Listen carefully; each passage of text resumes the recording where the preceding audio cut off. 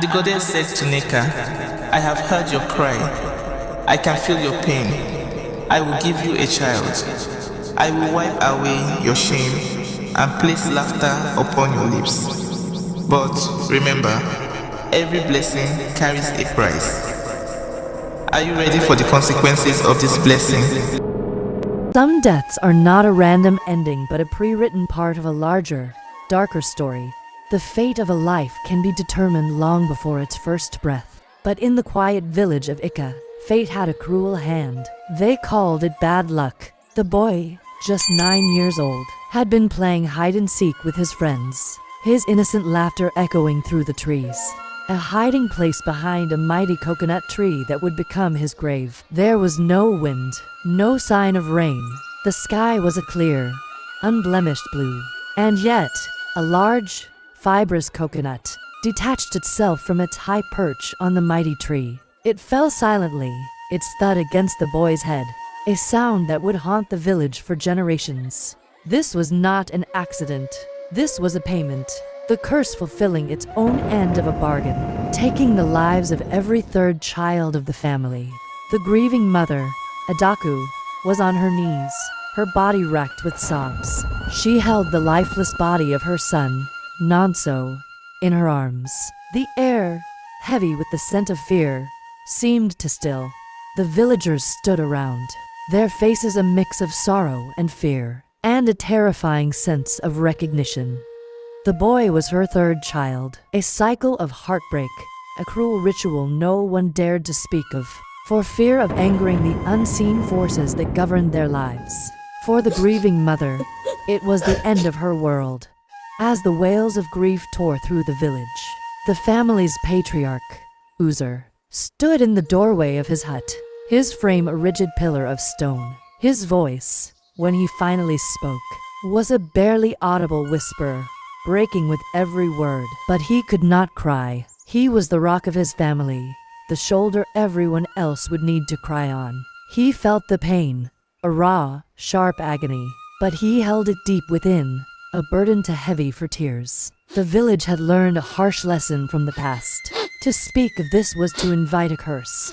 Those who had dared to ask were either met with silence, or worse, a sudden deafness that left them bewildered and alone. The man who had learned this most painfully was Mr. Nwangwo. 7 years ago, a great farmer with land that stretched farther than the eye could see. He was a man feared by the entire community, but he was also a man who didn't mind his business. He boasted to anyone who would listen that he knew every shrine, every deity, and every herbalist, and he could help the family. Everyone knew that the lineage always loses their third child, but Mr. Nwangwo, being the arrogant person, decided to intervene. That was a mistake on his part, one he never lived long enough to tell. He approached the family with a confident stride, his chest puffed out with arrogance. He dismissed their pain as superstition, and their curse as a simple problem that he, the great Mr. Nwangwo, could solve. Uzer and Adaku, desperate, told him everything, the full history of the deal with the river goddess. The moment the last word left their lips, a powerful silence descended on him. With a chuckle, he simply patted his ear. He felt it was just his earwax getting full and clogging into his ear. The next day, his hearing was completely gone. He went to the herbalist, who, with a horrified look on his face, backed away from him. That was the day the rot began, a slow, putrid decay that started at the lobes and crept inward, eating away his flesh. The villagers, once his friends, now crossed the street to avoid the stench and the sight of his decaying ears. His hands began to twist, his fingers curling into themselves. A slow, agonizing partial paralysis descended on him. But the curse was not done. The true horror was a forced perversion. The spirit of the curse entered him, turning his body into its instrument. With a shambling gait, he found himself walking not to his home, but to his own personal family shrine. As his family watched, horrified and confused, the curse used his hands to desecrate the sacred space, smashing the ancestral pots and scattering the sacred ash across the ground. He tried to fight it, but he was a prisoner in his own flesh. The spirits of his ancestors, enraged by this profound violation, descended upon him in a cold wind. He fell to his knees as an ancient voice, filled with wrath, thundered in his mind. The curse had not killed him directly. It had manipulated him into a sin so unforgivable that his own bloodline's protector took away his life. It was a sin too heavy to bear. He died not from the rot, but from the unbearable shame and isolation, a monument to his own poor decision-making. The curse's revenge was swift and merciless. Mr. Nwankwo had brought it upon himself, but its hunger was not sated. Earlier that same day, before his death, he told his 2 wives and 4 children everything, revealing the secrets of the curse and the horrifying truth of his own deafness. The moment the words left his mouth, a shadow fell over his family. His first wife, who had stood by him through all his troubles, was the first to die. As she went to sweep the compound, a huge, venomous snake, one never seen in the village, coiled out of a crack in the wall. It struck her without warning, its fangs sinking into her leg. Her body seized up, her lips turning a sickly purple as she was consumed by the venom. His first son, a strong, vibrant young man, was out in his small farm. The sky was clear, without a single cloud. And yet, a bolt of lightning, sharp and blinding, descended from the heavens. It struck him directly, turning his body into a charred, smoking effigy of a man. The scent of burnt flesh hung in the air, a cruel announcement of his death. His first daughter, a gentle girl, went to fetch water from the stream, her heart heavy with pain and sadness. On her way back, she mistakenly stepped on a rusty, jagged piece of metal buried in the earth. The small wound was dismissed at first, just a small scratch. But in the dead of the night, a silent, agonizing terror set in. Her muscles began to seize, her body contorting into a twisted, unnatural shape. Her jaw locked shut, and she was left to writhe in torment, a horrified statue of pain. Her screams trapped forever in her throat as the tetanus consumed her. The next male child was lured by the promise of escape. His friends, unaware they were acting as vessels for the curse, urged him to come to the river to have fun, to clear his mind from the strange happenings in his home. He, a renowned swimmer, laughed and agreed. He was well known for being able to navigate the deepest parts of the river with ease. His friends watched with admiration as he dove in and swam towards the deepest, most treacherous zone. But on that day, his strength simply vanished. His arms felt heavy, his legs like lead. His muscles, once powerful and reliable, were gone. He tried to scream, but the curse had shut out his voice, silencing his terror as he began to drown. His friends, bewildered, laughed at what they thought was a prank, unaware that they were witnessing a soul being consumed by an ancient hunger. He sank to the bottom, his eyes wide with a silent terror, as he realized his friends were his unwitting executioners. His last child, a small boy, went to bed that night, a tearful, weary child, exhausted from the grief and fear. He simply slept and never woke up.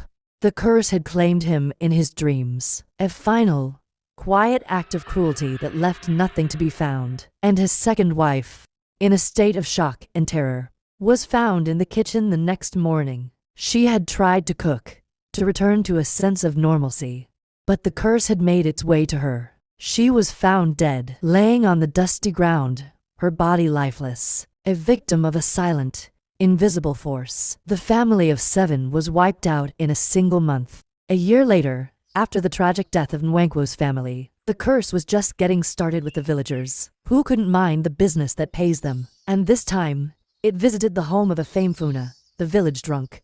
A Famefuna was a man lost in his own world of palm wine and indifference. The village whispers meant nothing to him, a blur of meaningless noise between jugs of his favorite brew. He was stumbling home from the local bar. Uzer's family gathered inside their hut, with the patriarch and his wife speaking to their children. A Famefuna, in his drunken state, sat down a few inches away, just behind the window, hidden in the shadows. Eager for any distraction, he heard everything. Uzer, in his grief, was telling his children the horrible secret of the curse and the river goddess. A story meant only for their ears. A Famefuna, who never paid attention to anything, listened to every word said for the first time in years. And in that moment, he felt a chilling clarity that was not his own. It was the curse, recognizing a new, unwitting host. He stumbled back to his hut, desperate for the solace of his palm wine.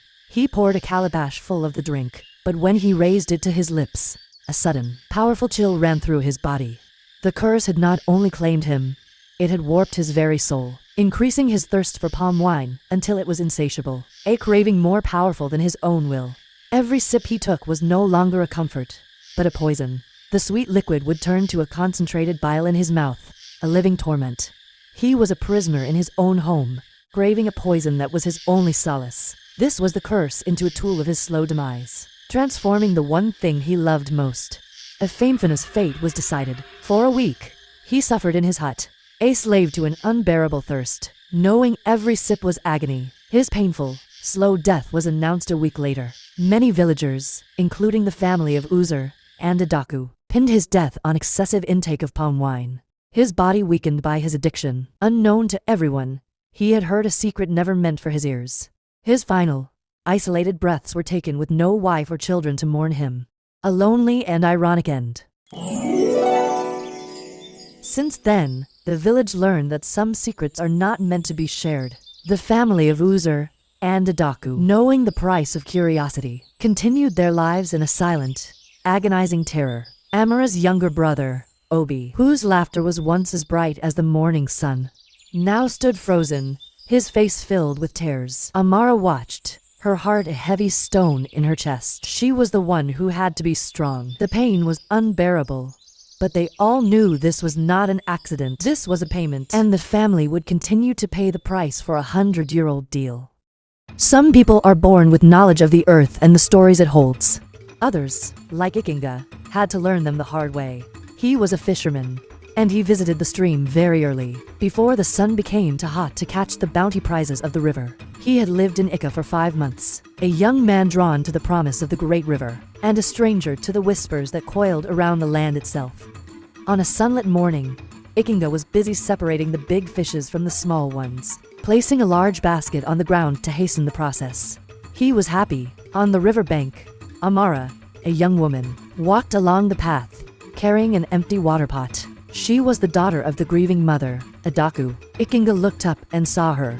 His expression shifted from peace to one of immediate, captivated awe. The morning mist seemed to dance around her as she fetched water from the river. He had seen many women in his life, but he had never seen one like her. It was more than beauty. It was a light that called to his soul. Amara glanced at him and gave him a small, shy smile before continuing on her way. On her way back to the village, she heard a terrified scream and discovered the second tragedy that had befallen her family. The news was already spreading like wildfire, carried by horrified whispers. Her uncle, Mr. Kalu's wife, had passed away while giving birth to twins. Imagine the pain she went through in giving birth, the strength she needed to push those children out, only to meet the cold hands of death. Her crime was because she got married to a cursed family, a family with a rule. Along with her were her 2 lifeless newborn children. Their souls immediately paid for a sin they never committed or knew of. The pain of it was a new kind of cruelty, a tragedy that went beyond the understanding of the villagers. The next day, the village woke to yet another chilling discovery, a move no one expected, and yet a fate that seemed almost inevitable. Mr. Kalu was found hanging by the mango tree in his farm. He had taken his own life in the dead of the night, unable to bear the pain of losing his wife and 2 children. His death was a final, horrifying exclamation point on the family's misery. The villagers were scared. A new terror had settled over the land. Many felt that anyone close to the family could contract the evil that seemed to be parading through the family line, hungry and merciless. The fear was palpable.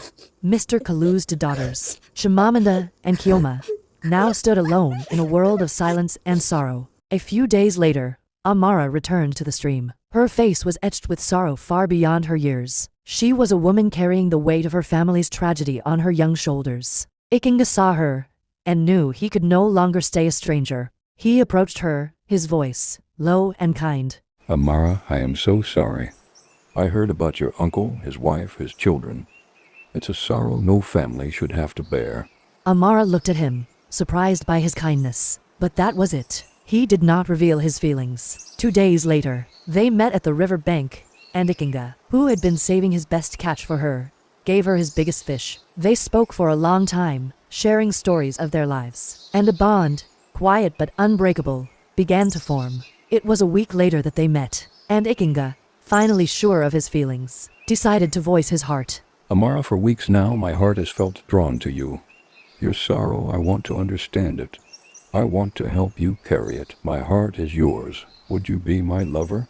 Amara looked at him, and her eyes, though sad, held a look of warmth. She too had felt the same for him, but she shook her head, a tear rolling down her cheek. She said that she was going through a lot and couldn't be in a relationship. Ikenga asked her why, but she did not reveal the secret. Instead, she ran away from him, leaving him alone and confused. But he could not give up. That same night, he waited for her under a tree. They spoke again, and in a warm, cuddling position. He asked her to tell him everything. What is it, Amara? Tell me. Tell me everything. Allow me to share your burden and pain with you.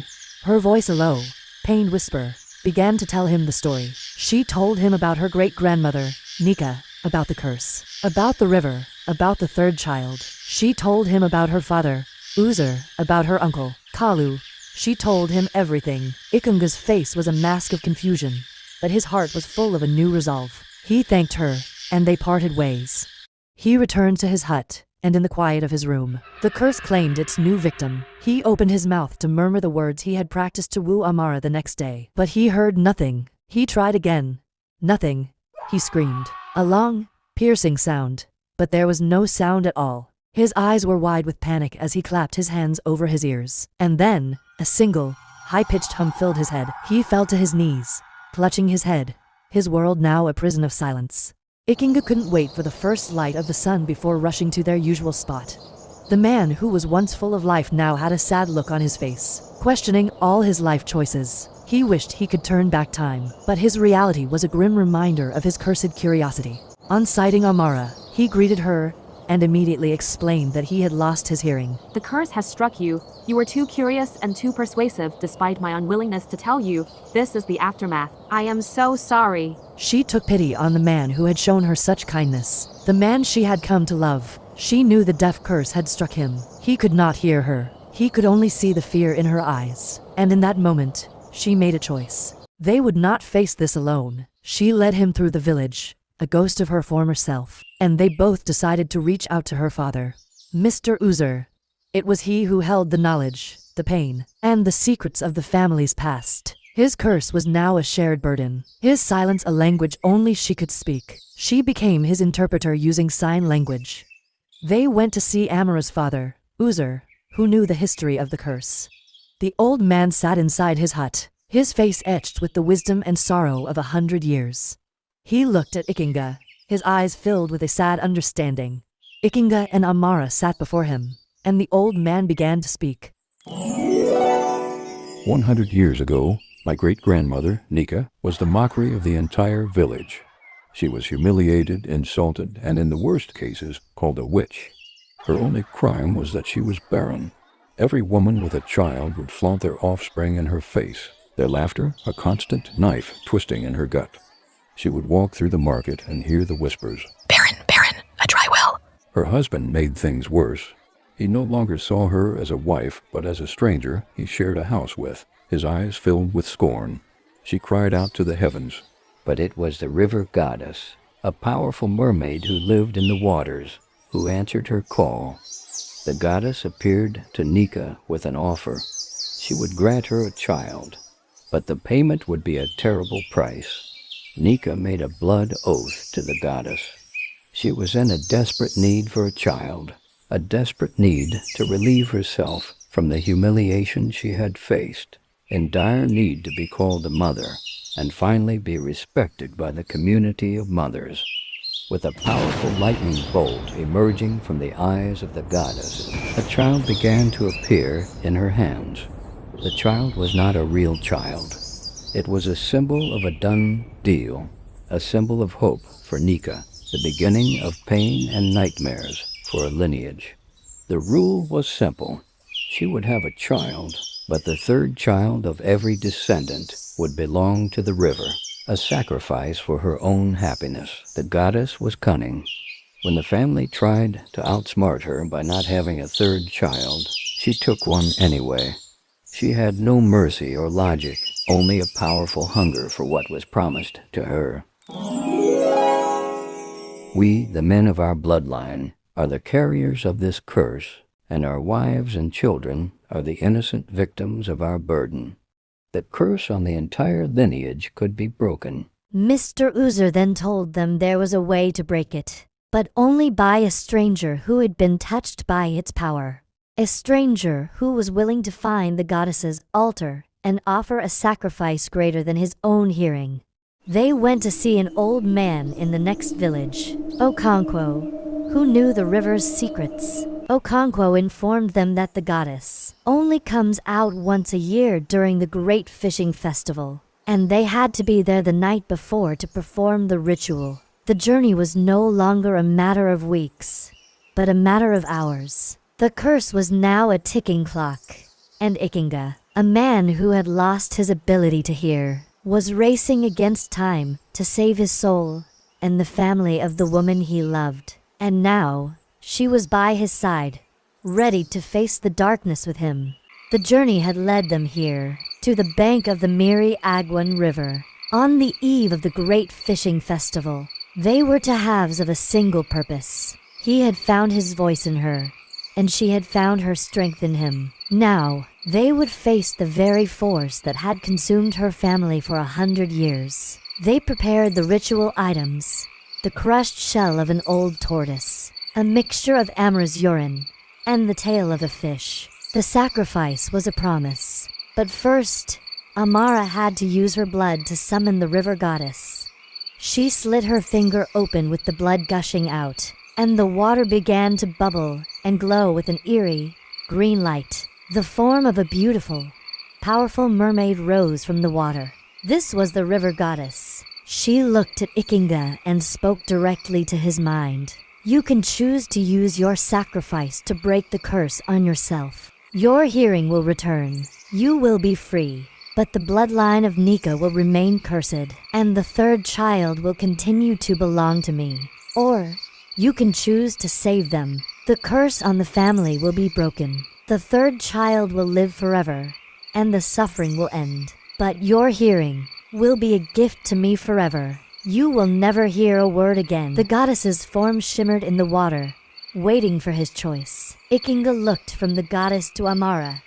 He was overwhelmed with relief, but also with a profound, sudden shame. He looked at the goddess, and with a silent, selfish nod, he made his choice. A powerful, blinding white light flashed from the goddess's eyes. Ikenga screamed. Immediately his body came in contact with the bolt of lightning, and the terrible hum that had been his constant companion for weeks suddenly disappeared, replaced by the most beautiful sound in the world. He was whole again. He looked up at Amara, tears in her eyes. He apologized to her, and she gave a small, sad nod of understanding. She forgave him. She turned and walked away from him, a small, fading figure against the dark riverbank. The next morning, the sun rose over the village. Ikenga woke up and heard the birds singing. He smiled, a pure, unadulterated smile of a man who has his life back. He grabbed his fishing basket and a new,